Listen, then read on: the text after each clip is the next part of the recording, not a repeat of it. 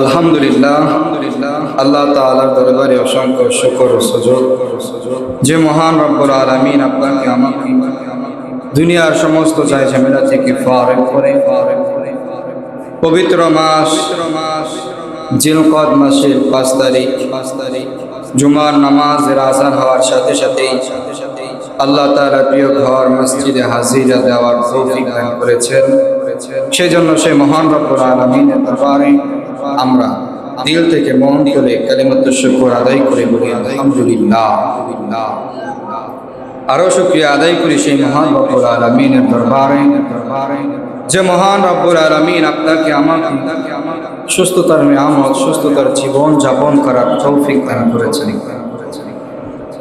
দুনিয়ার ভিতরে আল্লাহ রাব্বুল আলামিন যাকে অসুস্থতা দিয়েছেন, যে অসুস্থতা নিয়ামতে ভুগতেছেন, আল্লাহ রাব্বুল আলামিন তাকে এই মসজিদে আসার মতো ক্ষমতা তাকে দেয় নাই। এমনও অনেক মানুষ আছে হাসপাতালের বেডে শুয়ে আছে, এমনও অনেক মানুষ বিছানার ভিতরে শুয়ে আছে, কিন্তু মসজিদে আসার মতো তৌফিক তাদের হয় নাই। আল্লাহ রাব্বুল আলামিন আপনাকে আমাকে মায়া করে ভালোবেসে আপনার আমাকে আল্লাহ রাব্বুল আলামিন পরিপূর্ণ সুস্থতা দান করে এই প্রচন্ড গরমের ভিতরে আল্লাহ তাআলার ঘরে আসার বসার এবং আল্লাহকে কিছুক্ষণ ডাকার তৌফিক দান করেছেন। এই জন্য আল্লাহ রাব্বুল আলামিনের দরবারে আবারও শুকরিয়া আদায় করি, বলি আলহামদুলিল্লাহ। বেশি বেশি যে কোনো বিষয়ের শুকরিয়া আদায় করা, যে কোনো নিয়ামতের শুকরিয়া আপনি যদি বেশি বেশি আদায় করেন, তাহলে আল্লাহ রাব্বুল আলামিন ওই নিয়ামতগুলো আপনাকে আল্লাহ রাব্বুল আলামিন আরো বাড়ায়। যেমন আল্লাহ রাব্বুল আলামিন আপনাকে এই আমল করার, নেক আমল করার নিয়ামত আল্লাহ তাআলা আপনাকে দান করেছেন। নেক আমল করার জন্য আপনাকে আল্লাহ রাব্বুল আলামিন নিয়ামত দান করেছেন, কিন্তু আপনি যদি এই নিয়ামত কাজে না লাগান, আল্লাহ রাব্বুল আলামিন বলেন ইন্না আযাবি লাশাদীদ, আমার আযাব বড় ভয়ঙ্কর। তোমরা যদি নিয়ামত পেয়ে নিয়ামতের শুকরিয়া আদায় করো, আমি আল্লাহ রাব্বুল আলামিন ওই নিয়ামতগুলো আরো বাড়ায় দেব। সকলে বলে আলহামদুলিল্লাহ। নেক আমল করার মতো নামাজ পড়ার জন্য আমরা উপস্থিত হয়েছি। যতক্ষণ পর্যন্ত আমরা এখানে বসে আলোচনা শুনব, ততক্ষণ পর্যন্ত আল্লাহ রাব্বুল আলামিন আপনার আমাকে, আপনার আমার আমলনামার ভিতরে আল্লাহ রাব্বুল আলামিন নামাজের সওয়াব সুবহানাল্লাহ। কেন লিখতে থাকবেন? কারণ আমরা বসে নামাজের অপেক্ষা করতেছি। নামাজ পড়ার জন্য আমরা আসছি। যতক্ষণ পর্যন্ত আমরা এখানে অবস্থান করব, ততক্ষণ পর্যন্ত আপনার আমার আমল নামায় নামাজের সওয়াব দেওয়া হবে। সুবহানাল্লাহ। পাশাপাশি আল্লাহ রাব্বুল আলামিন, আল্লাহ তাআলা নবী সাল্লাল্লাহু আলাইহি ওয়াসাল্লাম বলেন, জুমার দিনে কিছু সংখ্যক ফেরেশতাকে আল্লাহ রাব্বুল আলামিন আলাদা প্রত্যেক জামে মসজিদের গেটে গেটে আল্লাহ রাব্বুল আলামিন পাঠায়। তারা কি করেন আয়েশা? তারা আয়েশা এই প্রত্যেক মসজিদের গেটে গেটে দাঁড়ায় যায় এবং আমলনামা লিখতে থাকে। কে সর্বপ্রথম আসলো? যে ব্যক্তি সর্বপ্রথম মসজিদে আসলো, আল্লাহর নবী সাল্লাল্লাহু আলাইহি সাল্লাম বলেন যে তাকে একটা কবুল কুট সদকা করার আমলনামা, তার আমলনামায় আল্লাহ তাআলা রেখে দেন। সুবহানাল্লাহ। এইভাবে দ্বিতীয় যে ব্যক্তি মসজিদে প্রবেশ করলো, আল্লাহ রাব্বুল আলামিন তার আমলনামায় একটি গরু সদকা করলে যে সওয়াব, ওই সওয়াব তার আমলনামায় লেখা দেয়। এরপর যে ব্যক্তি ঢুকলো, তৃতীয়ত তার আমলনামায় আল্লাহ রাব্বুল আলামিন একটি বকরি, তারপরে যে আসলো, এইভাবে আল্লাহ রাব্বুল আলামিন তার আমলনামায় যে বান্দাগুলো মসজিদে প্রবেশ করবে, এই মসজিদে যতক্ষণ পর্যন্ত বান্দারা প্রবেশ করবে, ততক্ষণ পর্যন্ত ফেরেশতারা খাতা হাতে কলমে নিয়ে আমলনামা লিখতে থাকবে, সওয়াব লিখতে থাকবে। বলুন সুবহানাল্লাহ। পাশাপাশি যখন ইমাম সাহেব, খতিব সাহেব আলোচনা শেষ করে জুমার দিনে খুতবা দেওয়ার জন্য দাঁড়ায়া যাবে, সমস্ত ফেরেশতারা এই খুতবা শোনার জন্য মুসল্লিদের সাথে বসে যাবে। সুবহানাল্লাহ। এইভাবে আল্লাহ রাব্বুল আলামিন আপনার আমার আমল নামা বৃদ্ধি করতেছে। কিয়ামতের ময়দানে আমার আপনার আমল নামা যখন আমাদের হাতে পেশ করা হবে, তখন তো আমরা বলবো, আয় রাব্বুল আলামিন, এই কাজ তো আমি করি নাই, কিন্তু আমি সওয়াব আমার আমার নামে উঠে আসে, এই সব কোথা থেকে আসলো? তখন আল্লাহ রাব্বুল আলামিন বলবে, বান্দা শুক্রবারে আগে আগে মসজিদে গিয়েছিলি, বান্দা আগে মসজিদে গিয়া নামাজের জন্য অপেক্ষা করেছিলি, এই অপেক্ষা করার জন্য আমি আল্লাহ রাব্বুল আলামিন তোর নামাজ কবুল হলে যে সব, ওই সব তোর আমল নামায় লিখে দিয়েছি। সুবহানাল্লাহ।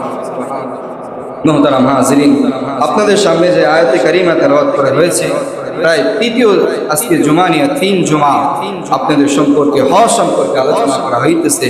কারণ হজের মাস হলো 3টা মাস। কয়টা মাস? শাওয়াল, জিলকদ, জিলহজের মাসের 10 তারিখ পর্যন্ত এই হলো হজের 3 মাস। কিন্তু হজের দিন কয়টা? হজের দিন 5 দিন। কয় দিন? হজ হইল 5 জায়গায় 5 দিনে 9 কাজ করাকে হজ বলে। কি বলে? 5 দিনে 5 জায়গায় 9 দিনে, সরি 5 জায়গায় 5 দিনে, 5 জায়গায় 5 দিনে 9 কাজ করার নাম হলো হজ। এই হজ শরীয়তে আল্লাহ রাব্বুল আলামিন সবার উপর ফরজ করে নাই। তো এখন কার উপর ফরজ করেছে? আল্লাহ রাব্বুল আলামিন বলেন যে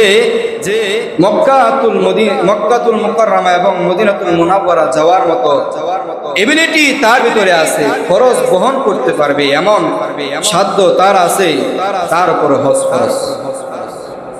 কিন্তু আমাদের সমাজে দেখা যায় লক্ষ লক্ষ কোটি কোটি টাকার মালিক আমি, কিন্তু এখনো পর্যন্ত হজে যাওয়ার তৌফিক তাদের হয় তাই। কথা বলেন ঠিক কিনা? তারা আদৌ কি যাইতে পারবে কিনা আল্লাহ তাআলাই ভালো জানেন। কথা বলেন ঠিক কিনা? তো অনেকেই প্রবাদ কথা আছে যে আল্লাহ রাব্বুল আলামিন যাকে ধন দিয়েছে তো মন দেয় নাই। কথা বলেন ঠিক? যাকে ধন দিয়েছে তো মন দেয় নাই, তো আল্লাহ রাব্বুল আলামিন যাকে মন দিয়েছে তো তাকে ধন দেয় নাই। কথা বলেন ঠিক কিনা? আমার আপনার স্বপ্ন আছে মদিনাতে যাওয়ার, মক্কাতে যাওয়ার, নবীর রওজায় পাশে যায়া সালাম পেশ করার আমাদের স্বপ্ন আছে কি নাই? এই স্বপ্ন কিয়ামত পর্যন্ত, অর্থাৎ আপনার ইন্তেকাল, মরণের আগ পর্যন্ত আপনি স্বপ্ন দেখে যাবেন। আপনার স্বপ্ন যদি সত্য হয়, আপনার নিয়ত যদি সঠিক হয়, আল্লাহ রাব্বুল আলামিন আপনাকে আমাকে একদিন না একদিন ওই হজ করায় নিয়ে আসবে। সুবহানাল্লাহ। কিন্তু আমাদের সমাজে যাদের উপর হজ ফরজ, তারা হজে যাইতে চায় না। হজে গেলে ফরজ হয়, এই হয়, এই হয়। কথা বলেন ঠিক কিনা? আল্লাহ রাব্বুল আলামিন বলেন যে হজ একটা ফরজ বিধান।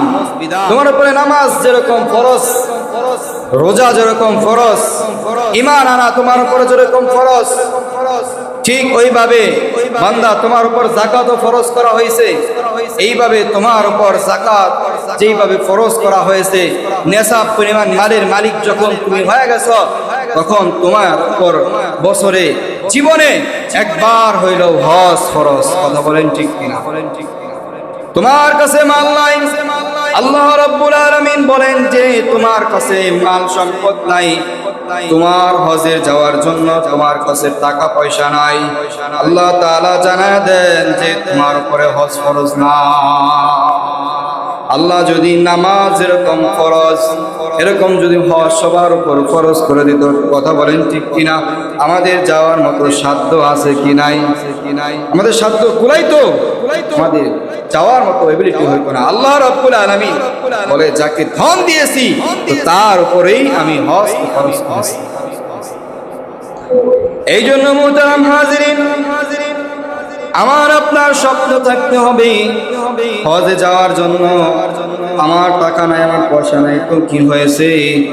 আপনি যদি হজ করার সংকল্প করেন, ইচ্ছা করেন, আল্লাহ রাব্বুল আলামিন ওই পিপীলিকার মতো ঘটনা আছে, ওই পিপীলিকার মতো আল্লাহ রাব্বুল আলামিন কবুতরের ডানার উপরে ভর করাইয়া ওই মদিনাতুল মুনাওয়ারায় ঘুরায় নিয়ে আসবি।